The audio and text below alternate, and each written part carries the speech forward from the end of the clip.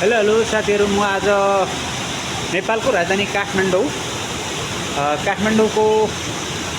नयाँ बानेश्वर अथवा तिनकुने स्थित मदन भण्डारी स्मृति चोक, स्मृति पार्क, ज्येष्ठ नागरिक चौतारी भनेर चिनिन्छ है त्यसलाई। म आज त्यहाँतिर आएको छु र हाम्रो स्वर्गीय जननेता हुनुहुन्थ्यो उहाँ मदन भण्डारी।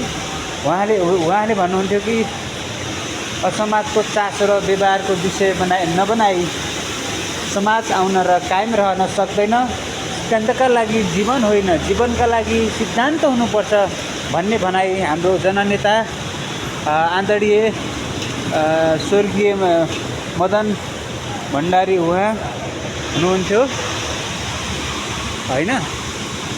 जननेता मदन भण्डारी स्मृति पार्क तिनकुने स्थितमा म आज आइरहेको छु।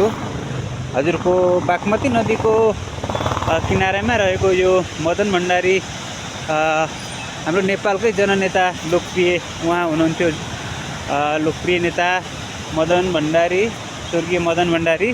उहाँको एउटा नाममा पार्क बनाइएको रहेछ। यो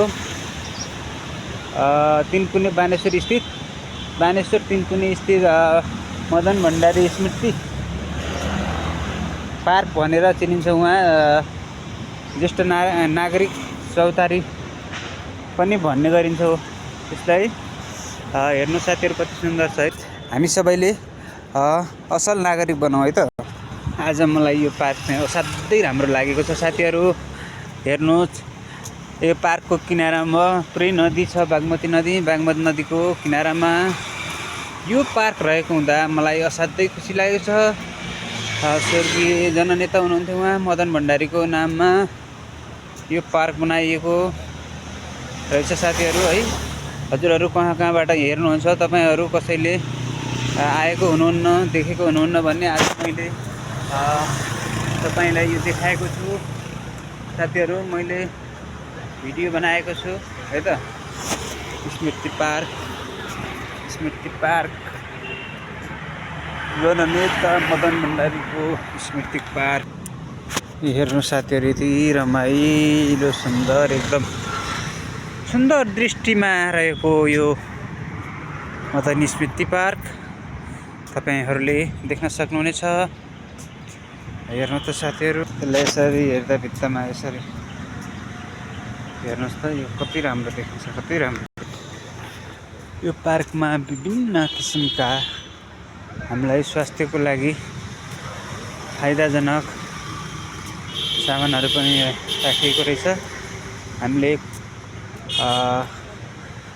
मर्निङ वाक गर्न पनि सक्छौँ र हजुरको मजाले हेर्नुहोस् त, मजाले तपाईँको गर्न सक्नुहुन्छ है त साथीहरू। यो पुरै नदीको किनारा रहेछ।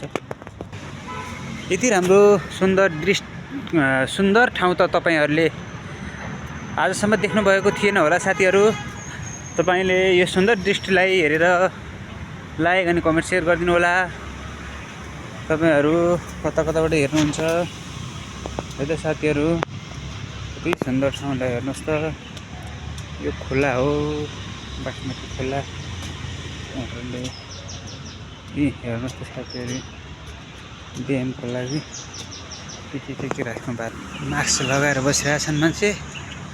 यी फुलबारीहरू कति यो सुरक्षित तरिकाले हेर्नुहोस् त, फोहोर राख्नको लागि हजुरको मजाले भित्र तपाईँ मजाले बच्चाहरूको लागि यति राम्रो बनाएको छ। खेल्ने चिजहरू पनि टन्नै छ साथीहरू बच्चाहरूको लागि।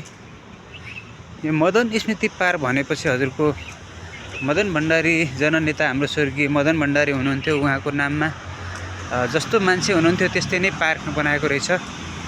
उहाँ हुनुहुन्थ्यो कि एकदम मान्छे देशको ले चाहेको र खोजेको मान्छे चाहिँ उहाँ जन्मिनु भएको थियो, तर केही शत्रुहरूले गर्दा उहाँको उहाँले त्यसलाई आफूले सोचेको जस्तो बनाउन सक्नु भएन। हेर्नु साथीहरू, यो खोलामा यस्तो काम पनि गरिन्छ साथीहरू। हेर्नुहोस्, यस्तो काम पनि गरिँदो रहेछ।